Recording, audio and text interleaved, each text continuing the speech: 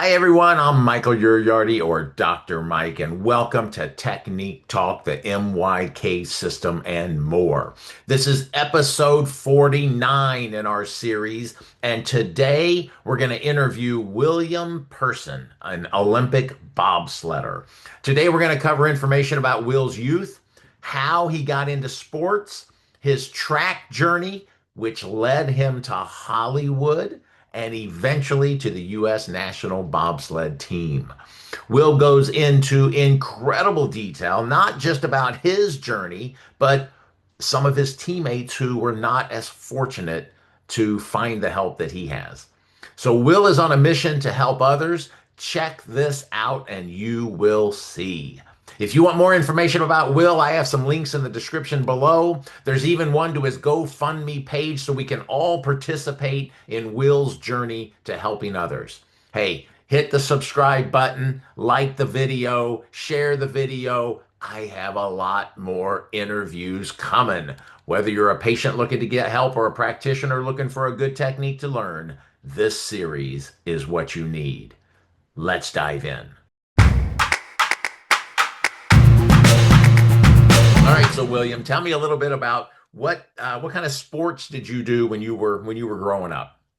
When I was growing up. Okay, let's take a step back. We're gonna go back. Well, actually, this is one of my favorite stories in the world. When I was 6 years old, my dad, he was like, "Hey, I got somewhere to take you." And so next thing I know, we had a track meet, and next thing you know, I'm at the starting line. I never trained or anything. I have no idea what's going on. It's at the Florissant Valley Community College in St. Louis. And I remember getting across the line. They had all the athletes up here. And it was like, runners, take your mark. I'm still kind of looking around. I don't know what's going on. They said, get set. And they shoot the gun. Everybody's running except me. I'm still standing there. And I see everybody run. So I start running. So I'm running. I wind up with second place. I catch everybody except the guy who was in first. Nice. But it was so close. He said, I remember it being close. But anyway, my dad was like, man, that's going to be my track star. And so, man, randomly, St. Louis, we get 4 seasons. It's cold outside, and we just snow, rain, heat, all. So it was wintertime. He started waking me up like, hey, go run around the block in the snow. I'm like, well, put on your boots. Like, what? All the fun was just gone, man. It was no fun. I didn't want to do that. And then back then, this was like in the early 70s, the track team he wound up putting me on, it was kind of far, and me and my brother, we would have to walk there. So I'm 5 or 6 years old, probably 6. My brother's 9, and it's kind of far. We just tired of walking to practice, and so we quit. I'm done. Fast forward, hit 11 years old. I had this craving, man. I wanted to run so bad.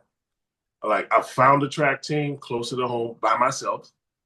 I would walk to practice, train with the team, and walk home. And in the dark, it was like right now, people are like, oh man, that's child abuse. But back then it was a little bit different times. But no, I just wanted it so bad.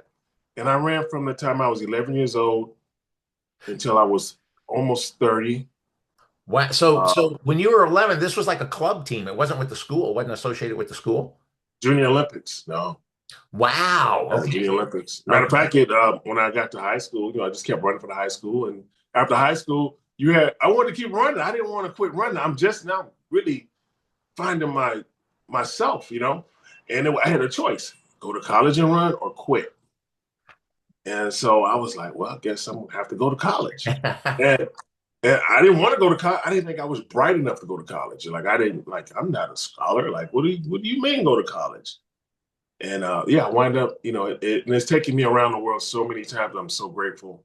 So what school did you go to? What college did you go to? Man, I did it the hard way.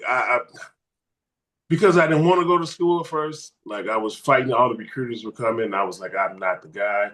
And I wound up at a school called Knoxville College. It's I can't say the word, HUBC. It's a historical Black college out of Tennessee. So I went there.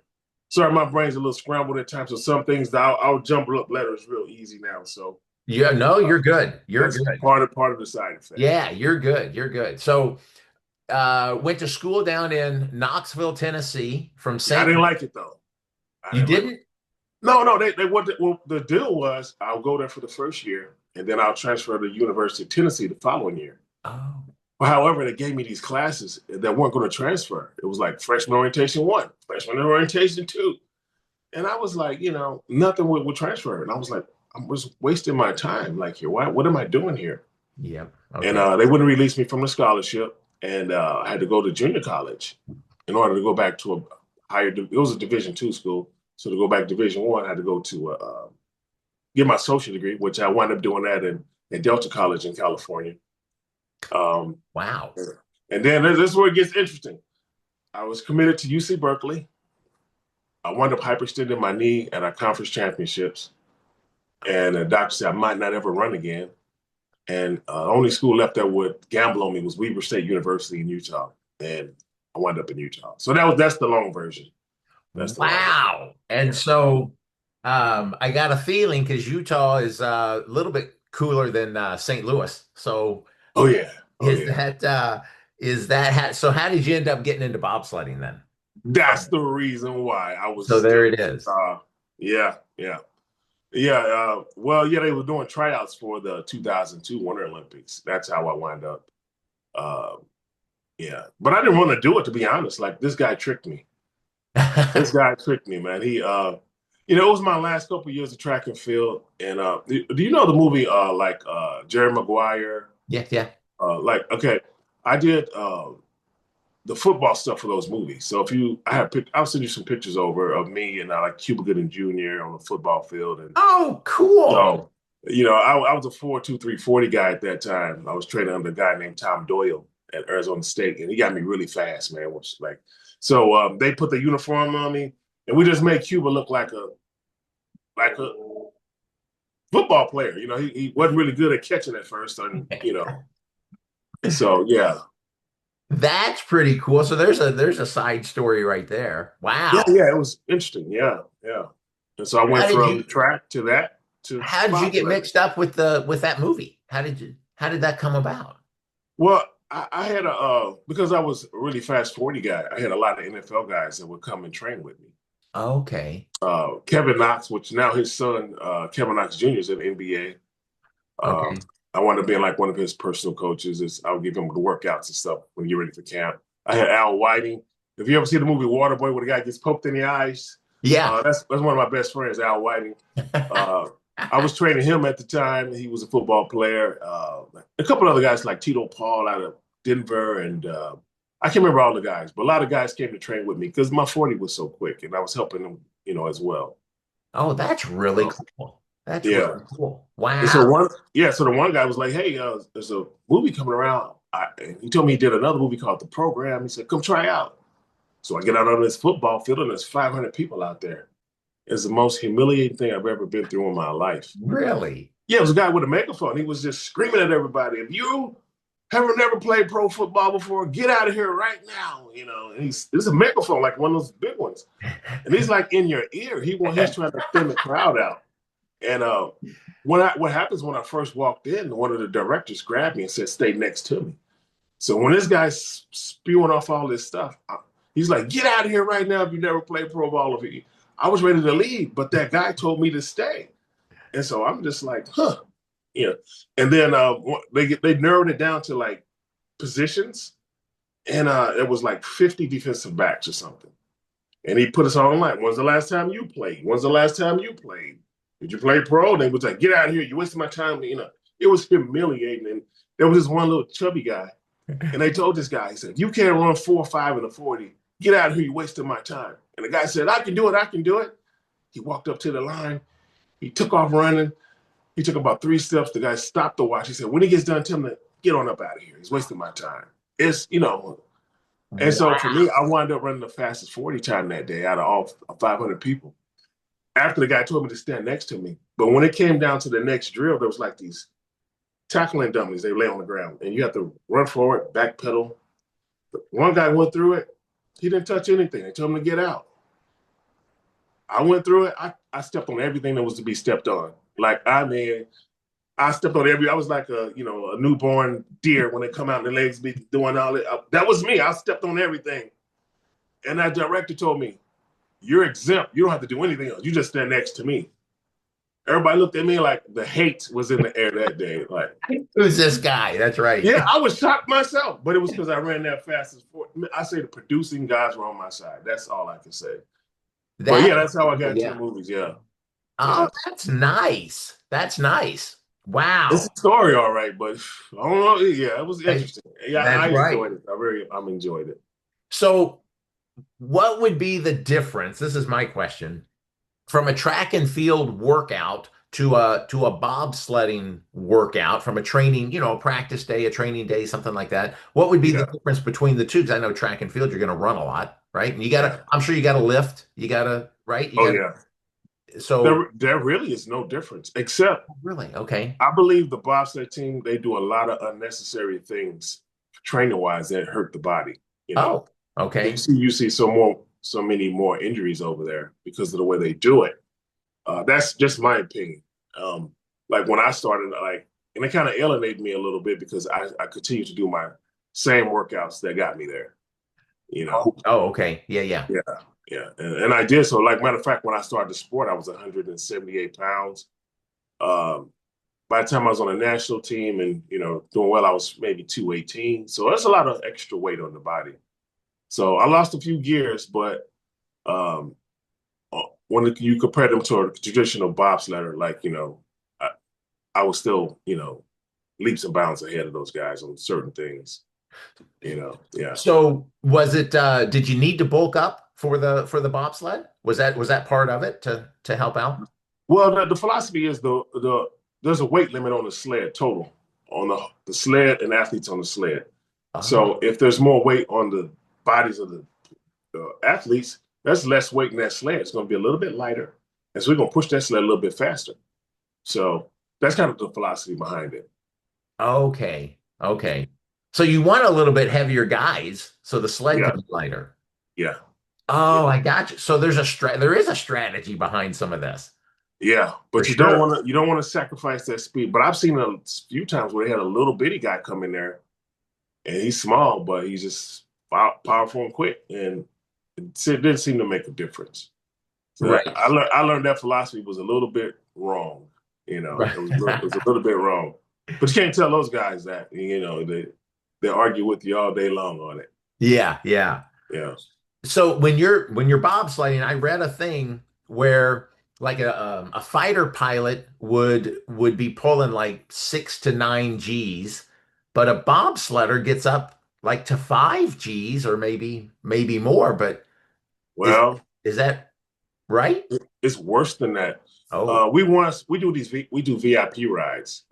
So one time we took fighter pilots down the track. oh wow. They're the only ones that pull the same type of G force, so we couldn't wait. So I think I did 6 rides that day. And when we took those guys down on one ride, when they got out of the sled, they were rattled. Oh, I never understood that until about 2021 when this article came out by the New York Times. They did some testing on it, and when somebody reported there was spikes on the track of 84.5 Gs. 84.5. holy moly. Yeah, and that makes sense. That's why everybody's sick, you know. Right, Yeah. right. And that's without any wrecks. Without any what? Without any crashes. Oh without threats. Yeah, Yeah. absolutely. Yeah, Yeah. yeah, Wow. yeah. Um, But so actually, an you article just came out last December. Um, matter of fact, it was another New York Times article. The fighter pilots have the exact same injuries as the bobsledders now. Everything that been reporting and everybody's been reporting is identical. Yeah, and it makes sense now. so is it the G's? Is it the G force or is it the going back and forth or Well, I think it's a combination. Like if you look at the NFL guys, you get two of the fastest guys, they might be going 15 miles an hour, maybe with equipment on, going through holes, zigzagging. When they collide, they're going 15 miles an hour. When we hit our heads on the sled, if we crashing, we're going 90 miles an hour. Oof. 85 miles an hour, things like that. And so then you add that in with the G-force. And I believe the G-force is doing the biggest damage.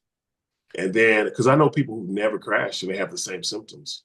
Oh, okay. Yeah. And then on race day, sometimes the ice is like smooth like water, like glass, like glass. But if there's little ripples in there, then it's like you're doing shaking baby syndrome. Right. Yeah, Right. yeah. Wow. Okay. Okay. So you were on the you said you were on the national team and then you got on the Olympic team. Is that how it goes? You the Well, the national team, Olympic team's the same thing. Yeah, Okay, same thing. yeah. Sorry. Okay. It's the same thing. It changes on Olympic day. If you race Oh, on I'm Olympic with you. day, then it's the Olympic team. If you on the national team and you're at the World Cup, still the national team. The World Championship, still the national team. But on Olympic day, they Then it's call the it, Olympic yeah. team. Well, Oh, I guess that's it's the good. World Championship team. Yeah, I get it. Okay. Okay. And so how long did you do that? 9 years. 9 years with Yeah, them. 9 years. Yeah. And that was all bobsledding. That's not track. Track ended right around 90, 98, 99 for me. I might have had a couple track meets after that. But yeah, it was from 99 till 2007, just bobsled. Yeah. And so where do you train for the bobsled? Where's the national team train? Uh, Normally Lake Placid when Okay. it's when we start sliding, or but most of the time we spend a lot of time in Calgary, Canada. They used to have the only indoor push house where you can push a sled on ice indoors and train without going down the track and suffering all the G forces and crashes, and you just push the sled and get in and work on timing. Oh, just the top part. Yeah, just the top part. Start. Yeah, Yeah, just the start. yeah. But I heard they have one in Lake Placid now. So, but when I was competing, we spent a lot of time in Canada. Oh, Yeah, nice. so Okay. beautiful up there. So beautiful. Wow. Yeah. Cool. Cool. Cool. Cool. Um, so before we get into some of the other, has the sport changed at all? Because you've been gone for 20, almost 20 years, right? 15? Yeah, it's hard to believe it's been so long. No, 25 years, right? I left in 2007. So when, 17. Oh, no, no, no, not quite. Not quite. So about 18 years. Yeah. yeah. Yeah. So has it changed at all in the 18 years, or is it pretty much has it been pretty much the same?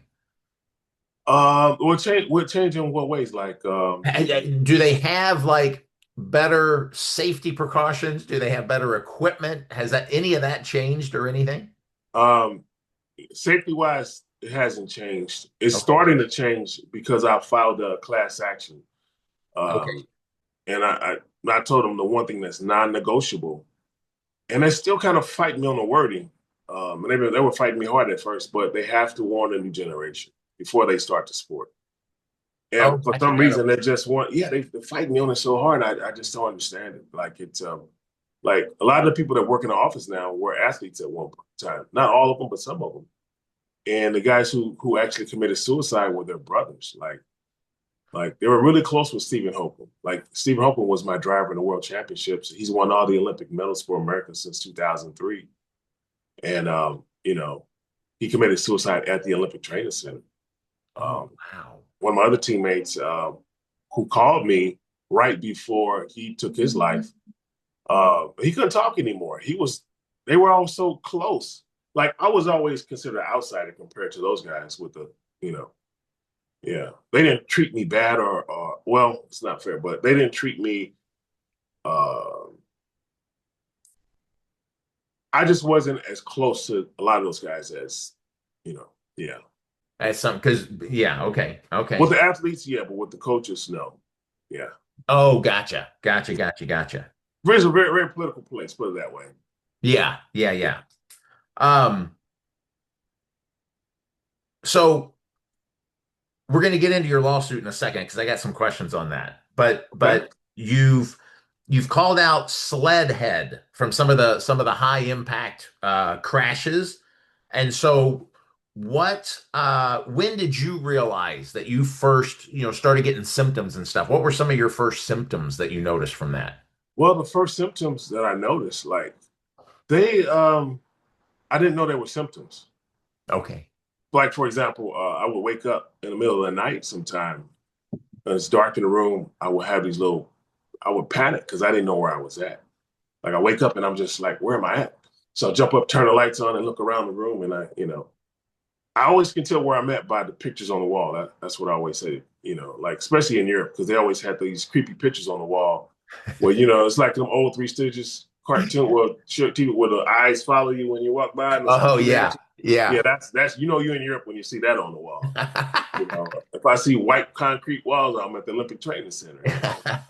So yeah, but I rationalized it. I was like, you know what? I travel so much. I have such a great life that I don't know where I'm at sometimes. And then, hold on once. Let me close this little one. I hear a little noise back Sure, there. sure, Just sure, sure.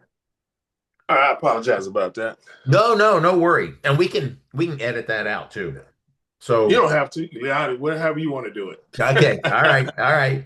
I always do it raw, man. Like sometimes That's people send me right. these, they send me questions ahead of time. I don't like to read them. I'm like, Okay. I used to be embarrassed about like I have these little glitches. Sometimes like my speech. Some days my speech is still a little slurred, and some days I just have these little like I don't know. I'll just catch myself staring off into space, man, and it's like, and I used to be so embarrassed because it happened to me the first time I saw it was on. I was being interviewed by HBO Real Sports, and I was so embarrassed, and I just said, never again will I be seen on camera like that. And but it allowed more people to get sick and stay sick because I wasn't speaking up anymore. Oh, Now I'm like, you know what? This is what I am, and I accept what I am, and I'm not going to sacrifice anybody else because I'm embarrassed. So right. you don't have to edit, That's whatever. that's What you see good. is what you get. This is what we all are. That's right. That's right. So let me ask you this: how many head traumas would you say? I know there's micro head traumas, right? Just from like you said, if the track is rough and you're going back and forth like this, going five, Yeah, that's got to be causing some multiple yeah, just on one run. But yeah. from crashes and things like that, how many head traumas would you say that you had? Well, from what I know about the sport now, Okay. like before, like people kept asking me when I filed the lawsuit, didn't you wear a helmet? And I was like, yeah, that's what I thought too. So we all on that same thing, you're going to wear this helmet. And then here I am, I'm out shopping for the most safest helmet I've ever seen. Lightweight, but strong and sturdy. Most people spending $200 on a helmet. I'm spending $1,200 on a helmet. Like I'm really protecting my head.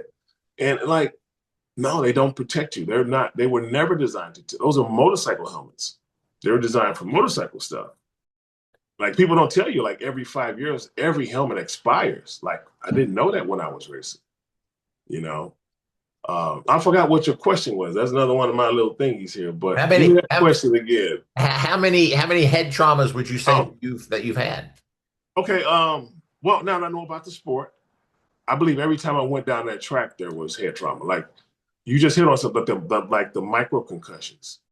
Like I think those are the most dangerous ones because, like the big ones, you forced to lay down and not do anything for a day or two. But the micro concussions, it doesn't. It's doing the same damage, but it's not telling you that you need to stop what you're doing. It's allowing you to continue to move forward with it. You might have maybe a headache or, you know, something might just feel a little bit off, but you can continue to do what athletes do. So, but so for me, did I lose you there? Nope, nope, I'm here. Okay, let me plug this phone in. It's doing something a little weird for me here. Yeah, so what I learned is every time we went down that track, we were getting those micros. And so what that means for me, remember, I raced for 9 years. So I took between 1 to 6 rides per day for usually 4 or 5 days a week. But usually it was maybe like two, two. But sometimes we did six. And I did that for 4 to 5 months of the year for 9 years. So that's a lot of, That's a lot. yeah, it's a lot. And did you ever have any like crashes or anything in practice? Would that thing tip over or stuff in Oh, practice? yeah. Well, I'm very lucky. Like I had 7 crashes over a 9 year career. And Um, that's lucky. That's that's not lucky. many. Yeah, because I know people who crash 17 times per year. Oh my Lord. Okay. Yeah, That's a yeah, that's a lot. that's a lot. Yeah, one guy told me the other day. One time he had to take a thing, and he had to tape his arm down, like, because his arm was already out of socket, so he wanted to push anyway. So he wrapped his arm so he could still go. And I just heard that story like a week ago, and I was like, "Are you crazy? Like, what? Like, I wouldn't have done it. Like, I couldn't have. My Right. arm's out of socket. I'm not getting in that sled. Like, no. That's right. Now, how many? I saw there's two man and four man, right? Yeah, 2 man and 4 man. And what did you do? Did you do both? Yeah, I did both. You did both. Okay. Okay. Which would be your favorite, two man or four man? I like the 4 man more. Okay. Yeah, because it's a lot more to it. You got 4 guys have to get in that sled. Right, You right. know, And and where were you in the position? I'm usually all the way in the back. Okay. All right. Yeah. That's the strongest guy, right? Well, usually not exactly. It's Okay. a usually my number 2 and 3 guys. They're a little bit bigger and beefier, so they might be stronger per se, like lifting weights wise. But But you're the faster guy. I'm gonna get that sled moving faster than them. Yeah, I'm gonna probably be way faster than those guys. Because sometime Okay. when I started the sport, those guys were 230, 240. Here I am still at 185. Oh. But like my very first race, like I have a picture. Everybody's sitting in the sled. I'm still pushing. Like but when I came in the sport, like I was still running like 200 meters and 300 meters and 400 meters. So I could run that thing all the way to the first turn. And so when at top speed, I'm not losing steps. Like I'm still adding to the sled. Where Oh. everybody else, they sitting in there already waiting on me. But I learned later on, like I try to get on that sled when the number 3 guy gets on. Like I try to beat him on the bunk. So and also it gives an extra boost to the sled. But starting out, I didn't know. I'm just doing what comes natural. Yeah. Oh, that's cool. That's cool. So what it's so you stopped in like 2007, so it's been a lot of years. When did you first start noticing the symptoms? Was it while you were in the Olympics and in the on the national team and all that? Yeah, well, I recognized them, but I didn't know what like I said, like not knowing where I was at. And Okay. one of the other one that stood out is I went to visit some friends back in Salt Lake. I hadn't been home in a while, and we went out to a little pub to play shoot pool or something like that. I'm not sure. And so my buddy's looking over. He's like, "Hey, that's your ex-girlfriend over there." And I look at her. I was like, "She's pretty, but I don't know her." And then she ran over and jumped in my arms, and I caught her.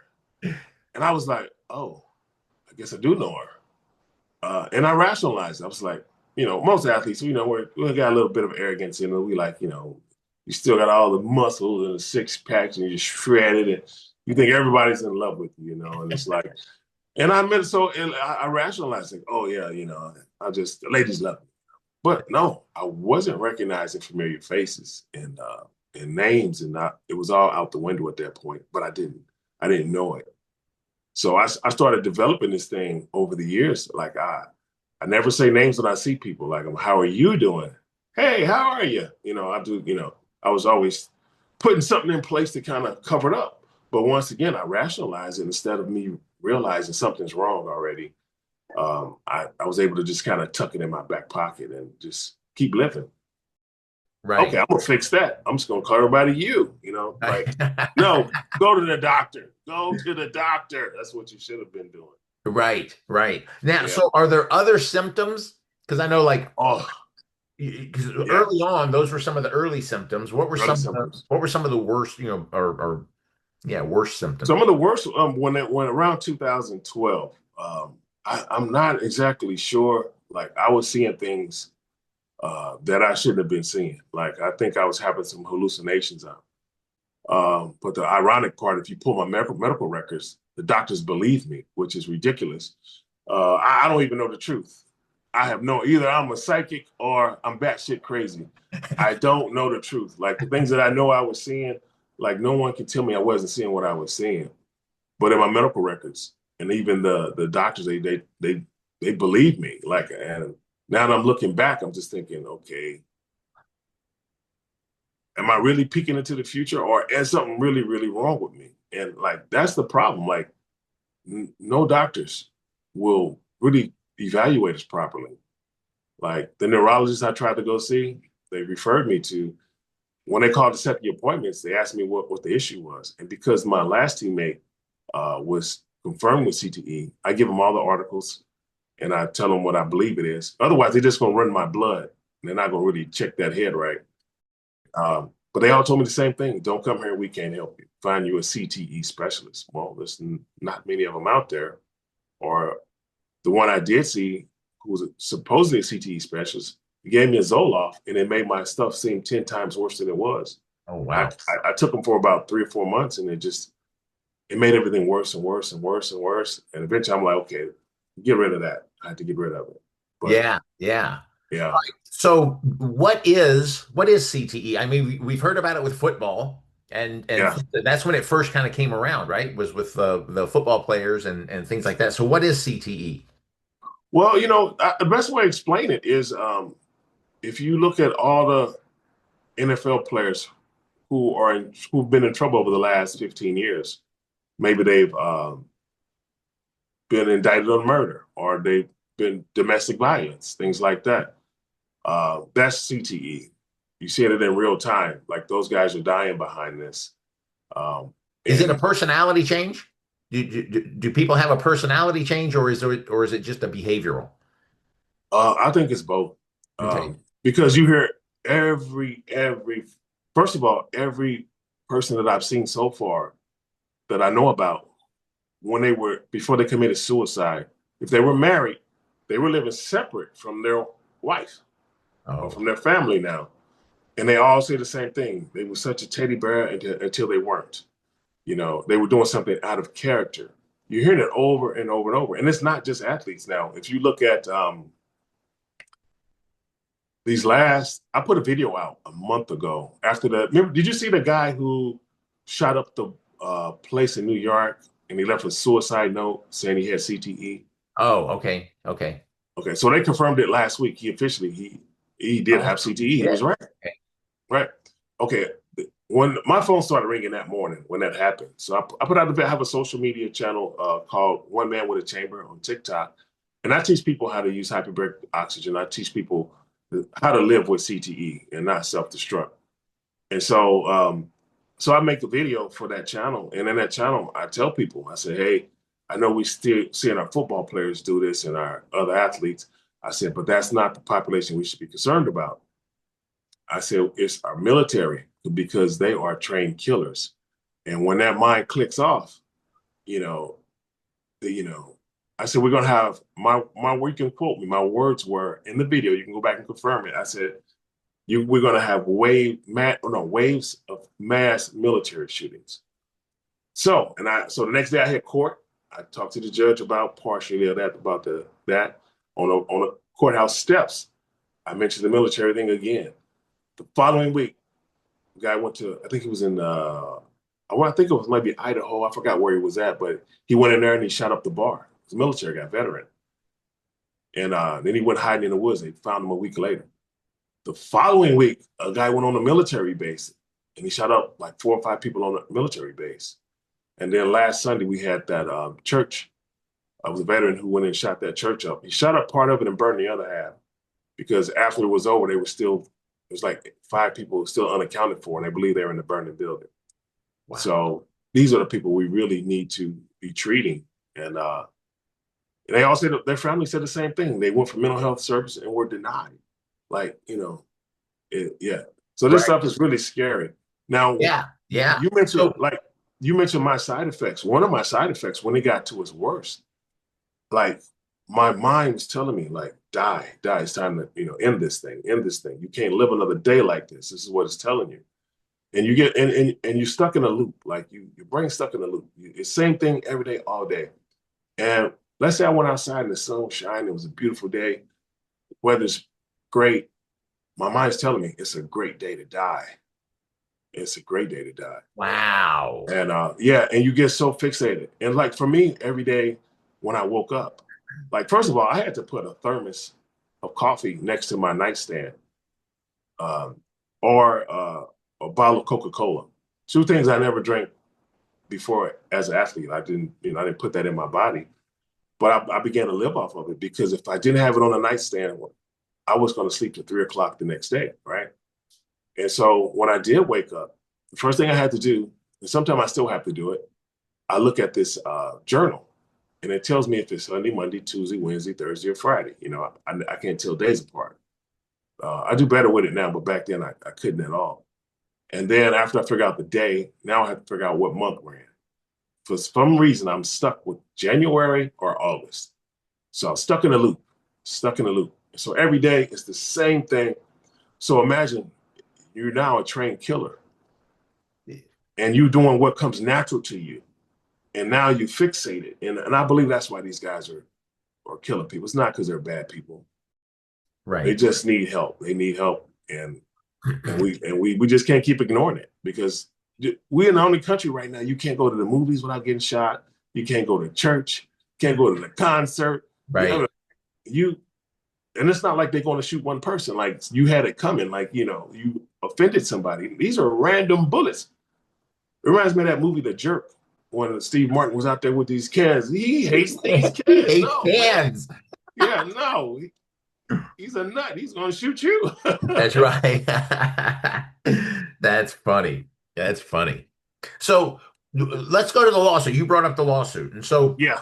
when did that start? When did the lawsuit start?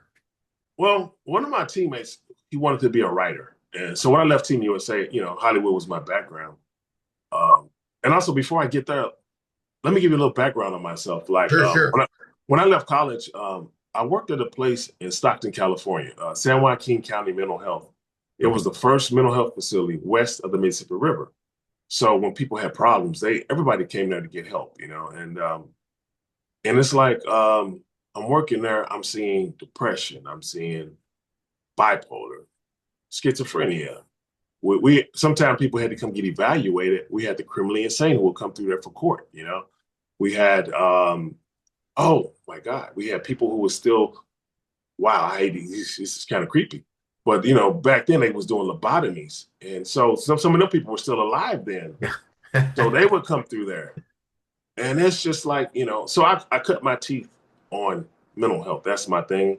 Eventually I opened when I joined Team USA, I had a treatment facility in Utah that was open at the time. I wrote the first ever independent living transitional housing program for youth.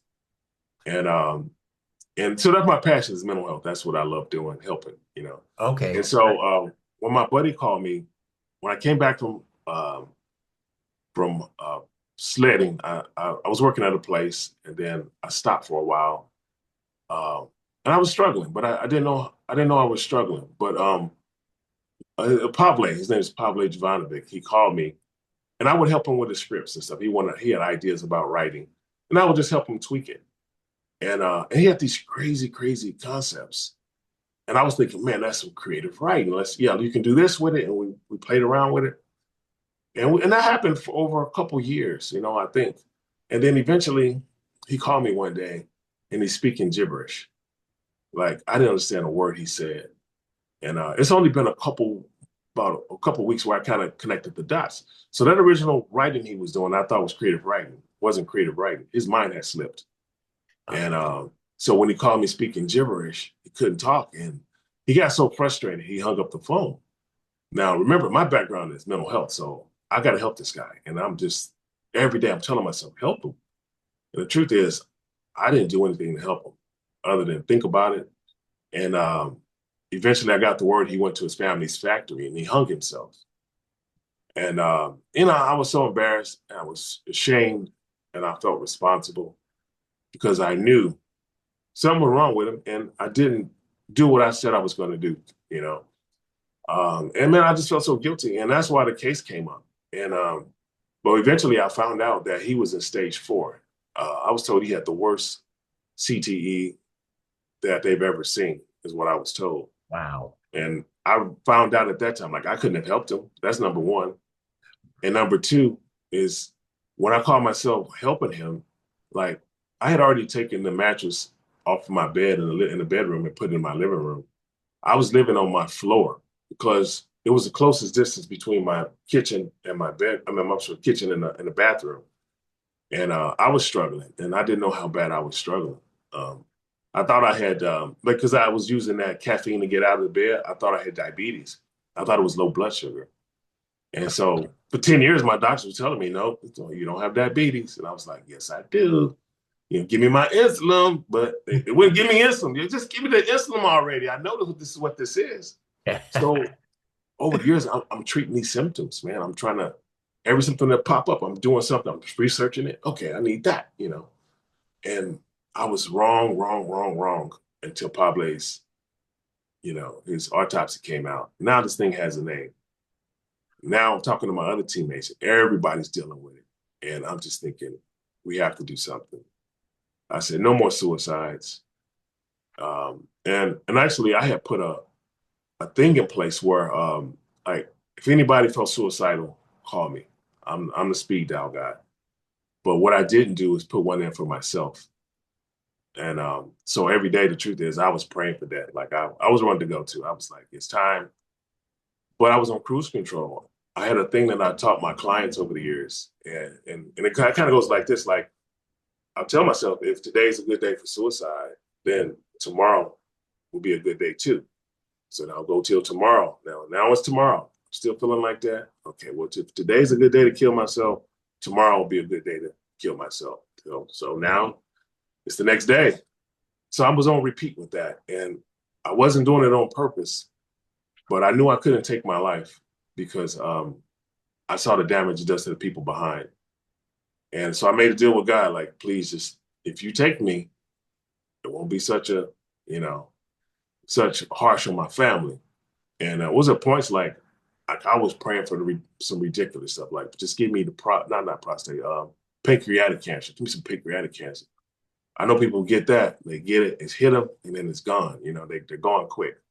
I Right. mean, who prays for cancer? Right. Right. Exactly. Exactly. But I'm telling you, that's how bad this stuff is to live with.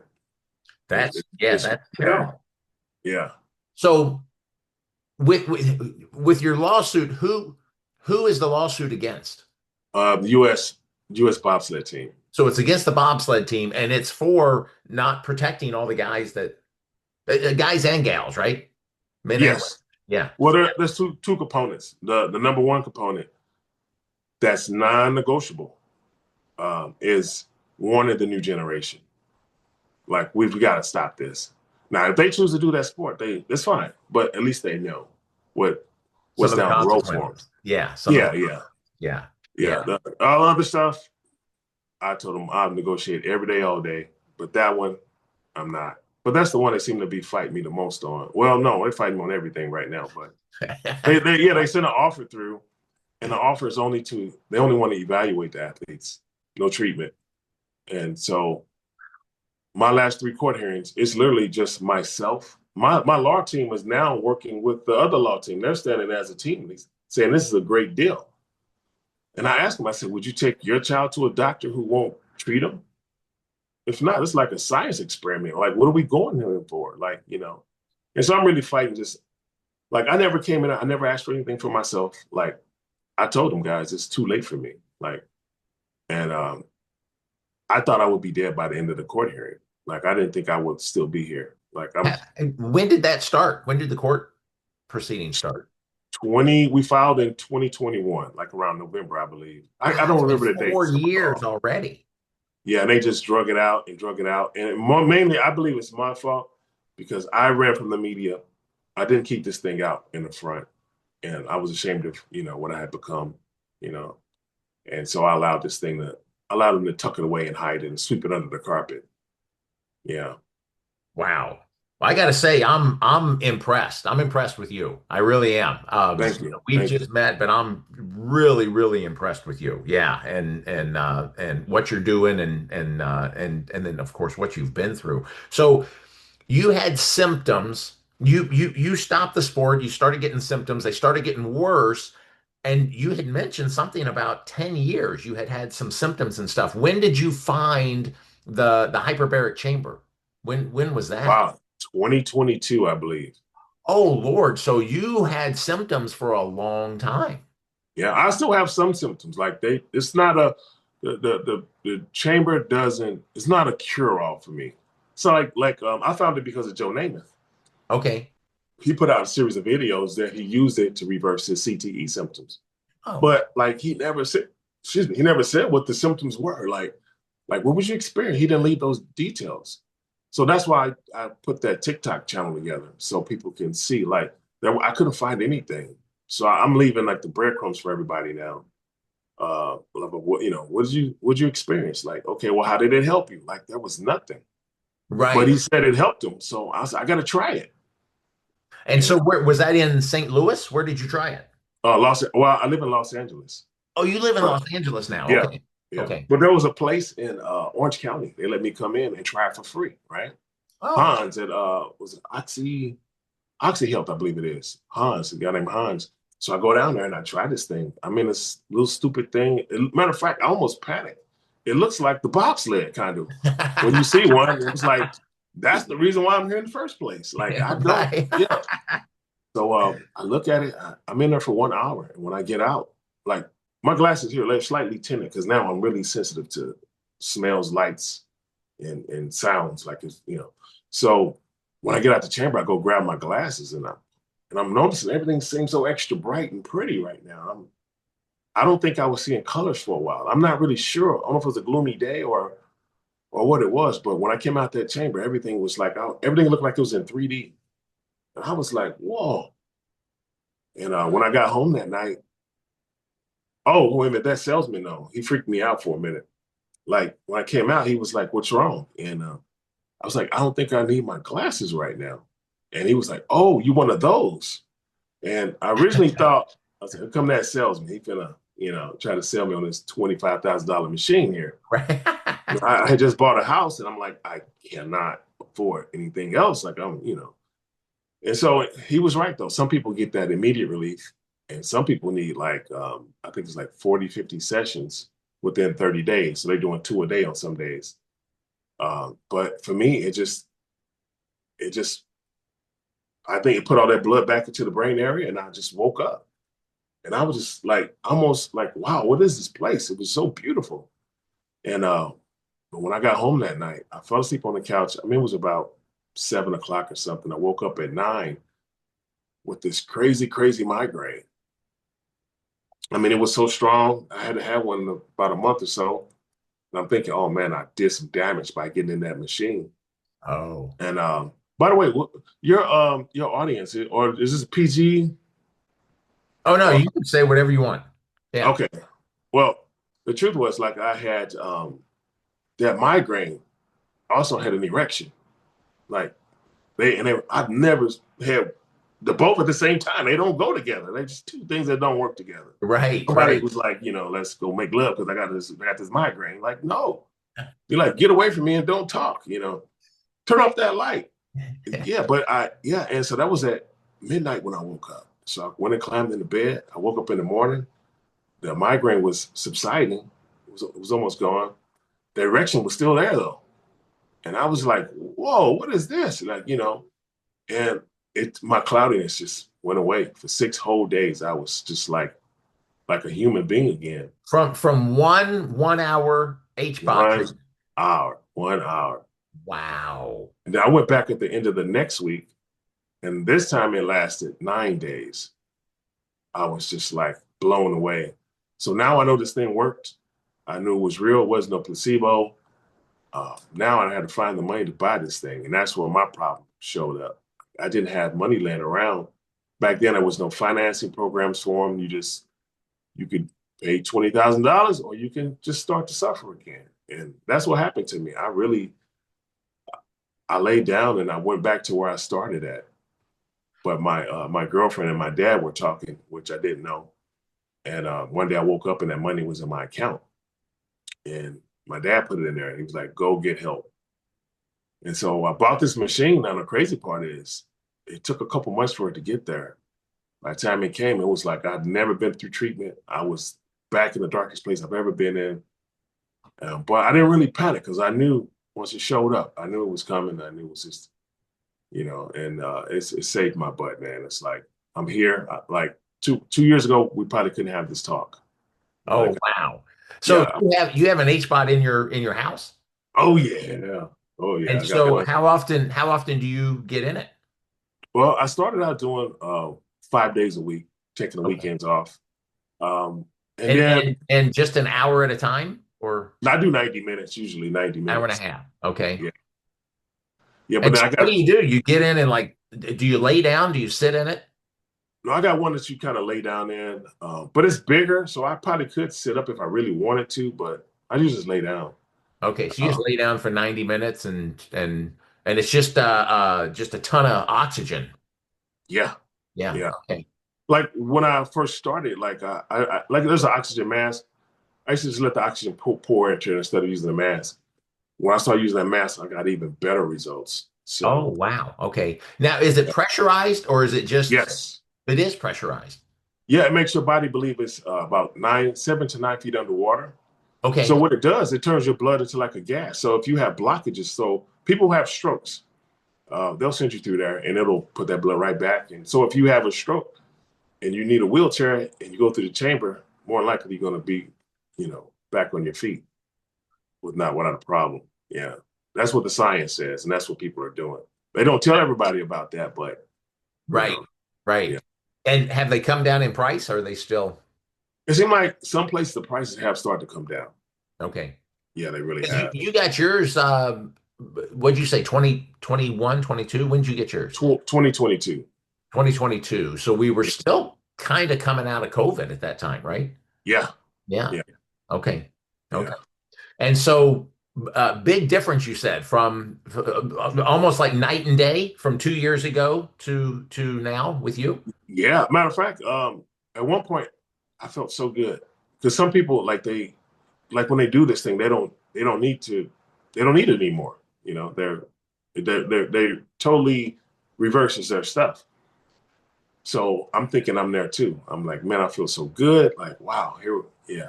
Thank you, God. I'm back. Like, I'm feeling good. I'm back out trying to work out a little bit, train again. And I said, well, let me see if I don't need it anymore. Let me take a break from it. And I did that. And eventually, I don't know how long it took, but I was back in that dark place again. And I Oh, remember being in my place. I feel like I'm darker than ever because I'm just coming back from feeling good again. And I couldn't figure out what was wrong with me. I'm really tearful. I'm just going for walks. I don't want my girlfriend to see what's going on with me. I don't want her to, and I don't want the family worrying.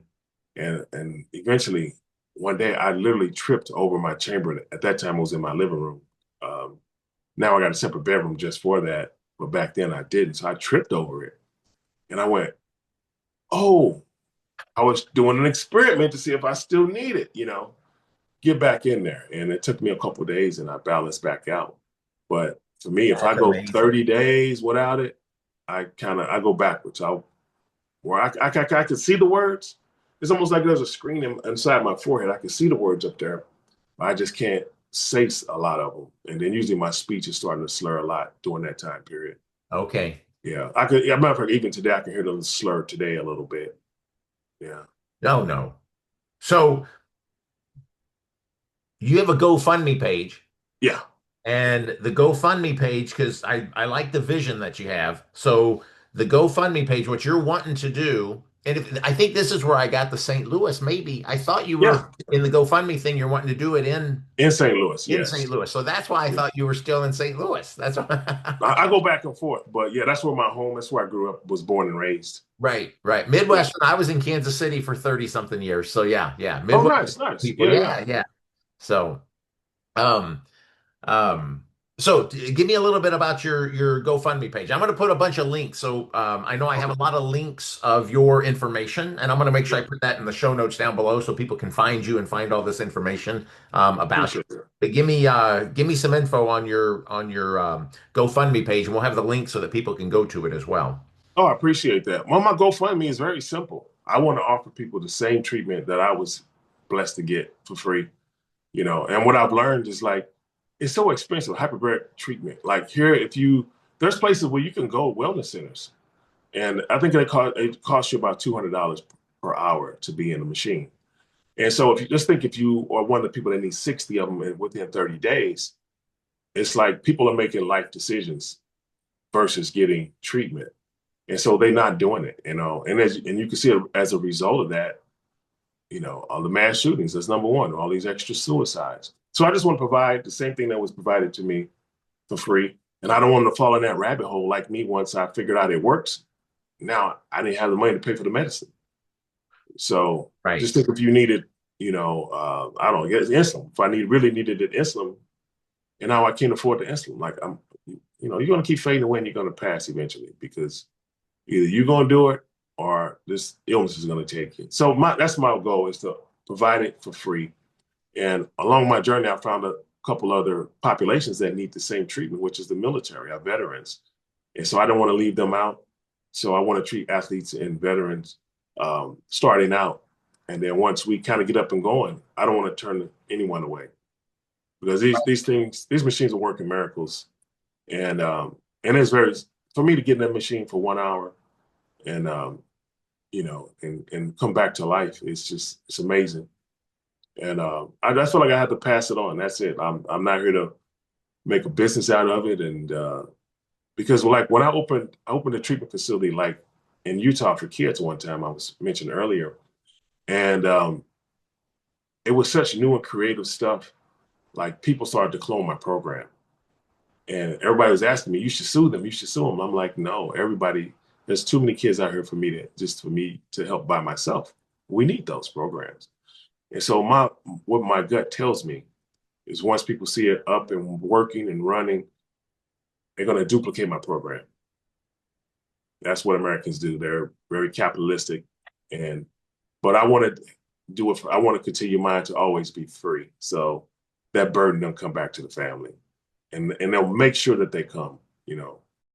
Right. Yeah. And so what you're wanting to do is you're wanting to raise money. You have a facility that you want to build in In St. St. Louis. Louis, and Yeah. then you want to have multiple HBOT chambers, correct? Yes. In within there, so you can have multiple people coming in, um, and some people maybe twice a day, some people once a day. It would just vary on the person and the treatment. And Well, even if I got on the small side, if I got a two-person chamber, they have one where two people can sit in at the same time. They have some you can put four people in there. If I oh, can get a four-person chamber and I can, they're doing an hour session, I could run that an 8-hour day 8 times or at least 7 times, and you open 300 days a year, like that's a lot of people that you get to help. and so the easiest way for people to get involved with that is to just go to your GoFundMe page. Yeah, go to my GoFundMe and yeah, it's one man with a chamber, all my social media. Okay. And the biggest thing, like most people out here, we're all dealing with people in our families that are dealing with these things. But it's a kind of bit, it's not really recognized. Like we're not, like for me, like I went through all the red flags. I went through all, I blamed everything except bobsledding. I didn't know it came from over there, you know. And I Right. realized there's a lot of people who dealing with this. It's the same thing. It's just there's so many undiagnosed head injuries, well, untreated, put it that way. Because back when I was racing, until recently, until I put the lawsuit in place, the philosophy is the same. You get a concussion, you go back somewhere. If it's really bad, you go sit down somewhere and don't go to sleep. That was the treatment, you know? Right. Yeah. Right. Like my first crash was in St. Moritz, Switzerland, World Cup, right before the 2002 Olympics. It was probably about 2 weeks before, 3 weeks before. And the guy who was actually breaking for me that day was knocked unconscious. Wow. I had vertigo, and like I have a lot of gay friends in LA. I had a gay cousin growing up. It's just part of the world now. Now Prince Albert was there. Prince of Monaco. Yeah, Yeah. yeah. Okay, he raced bobsleds for Monaco, so he always traveled with us. And so on this one race day, it was him. He was there with Michael Schumacher and Anna Kournikova. They were all together. We coming down World Cup live TV. We crash. He comes over and he winks at me, right? I was like, oh man, I didn't know Albert was in love with me. I was like, okay, I'm gonna make sure I don't isolate with him anymore. I don't want to lead him on or anything. This is such a nice guy, man. Like we've been traveling together for a couple of years now. So it's that kind of thing. Like you just don't think rationally. And I thought he was in love with me until like I filed this case, and I'm thinking back over times. I'm thinking, hey, wait a minute. He winked at me. That's how they do in Europe. Over here in America, we do a head nod or over there they wink. But I'm not thinking clearly. So for 20 years, I'm thinking Prince Albert. he's got this big crush on me, man. And it's That's just like, funny.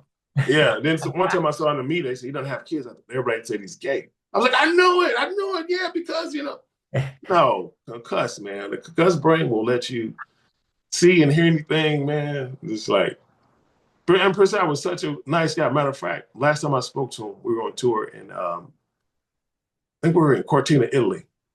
And he was supposed to have been retired from after the 2002 Olympics. He wound up crashing there. And we were all waiting in this line to get some water at this water fountain, right? And we said, Albert, you're back. We thought you retired. He's like, nah, man, you guys are the only ones that treat me like crap. I had to come back. And then one of the guys said, yeah, no, get your ass to the back of the line for this water. Yeah. So that's how, he was just a regular guy to us. Like, I didn't even understand the royalty thing back then. I didn't. I knew the cameras were always out. I knew he had a whole lot of money, but but such a nice guy though. Oh, that's cool. That's Yeah. really cool. I apologize, Prince Albert. I've never said this before. I'm sorry. That's right. That's funny. That's funny. So let me ask you, what policy changes besides the, you want to warn the next generation of the potential dangers of the sport. Is there another policy change? Maybe safer equipment? I don't know if it's possible, but is there anything else maybe? Well, at this point in my career, I don't know if I'm really even qualified to say that because I really have no idea what they can do. Because if it's the G forces, only you can do is remove those G forces, which will be the turns. The turns are what produces the G forces.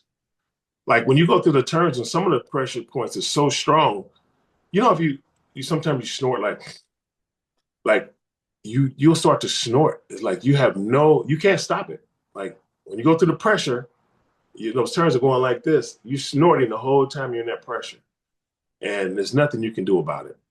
Like it's so I don't know if they would have to take the reduce the G forces in the track.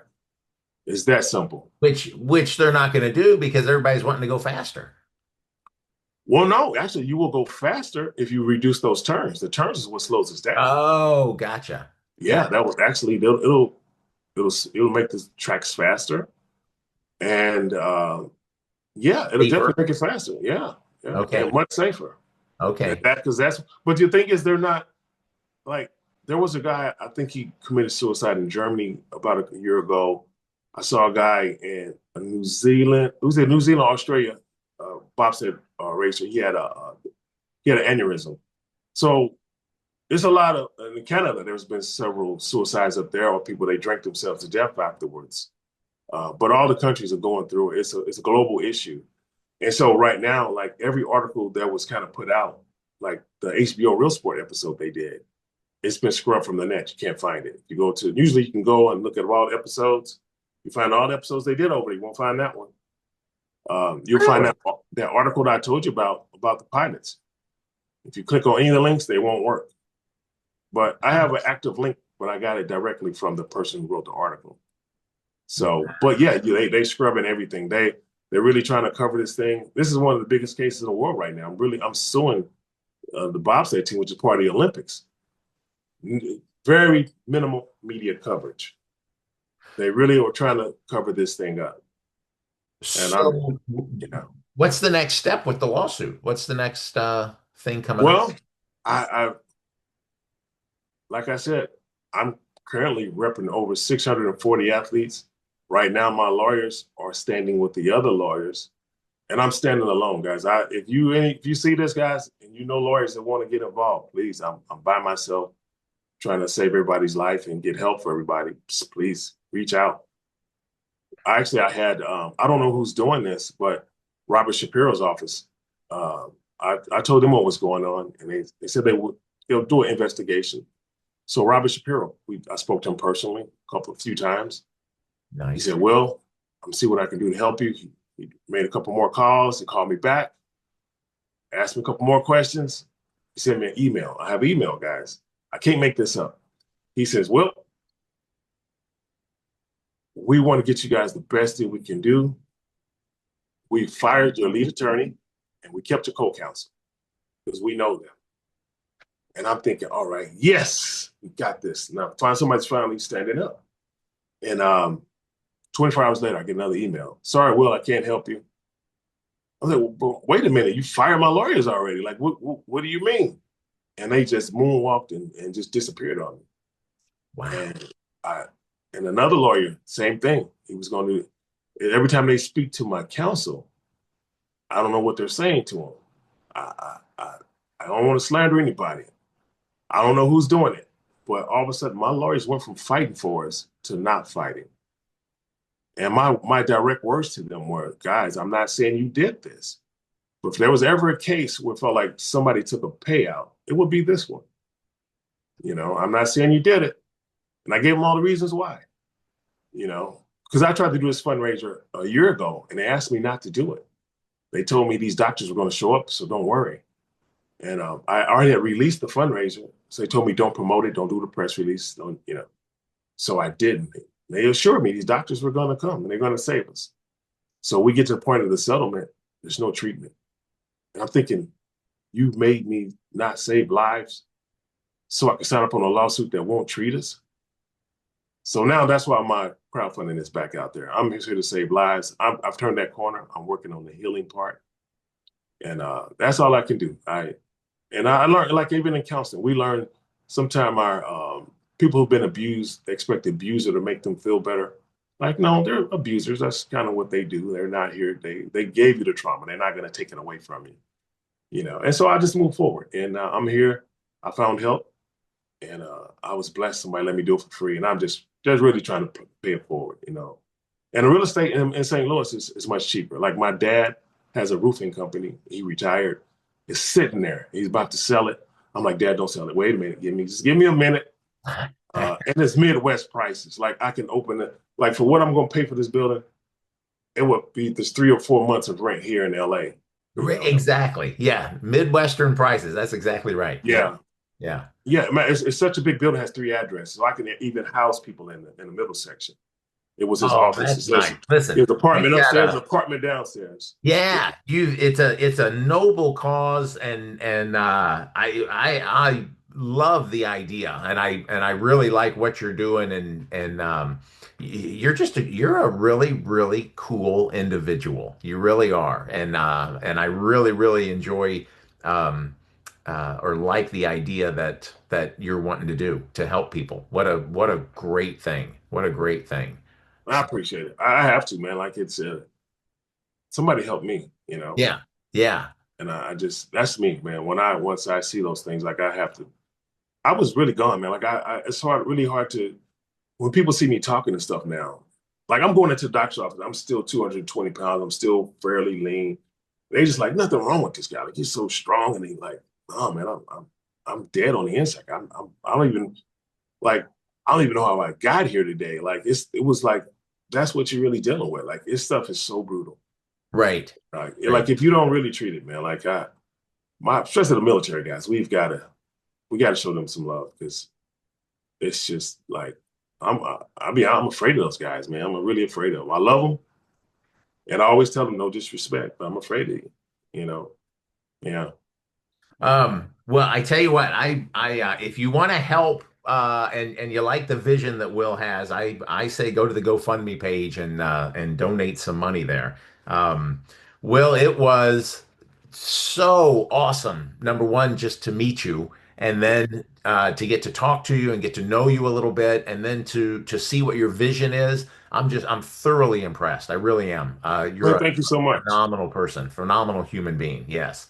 And so, yeah, I really appreciate you having you on the show here. So Well, I appreciate you having me, man. What you guys are doing is so important. You're our grassroots. Without you, there is no us, that's and we right. won't grow without you. So yeah, Very and good. please follow our journey, guys. Please, this is gonna happen. Even if Yes, I can start just treating people in my one chamber, but for me, like I try not to do that because if that chamber breaks, like I'm in trouble. that's And right. I'm That's tired right. of doing it. Yeah, I'm tired. Yeah, That's and it's right. not designed for that kind of traffic. It's not designed for that kind of traffic. So Yeah. I've Well, got to get very more good. bigger, better. Yeah. Yeah. All right. Thank you. Thank you.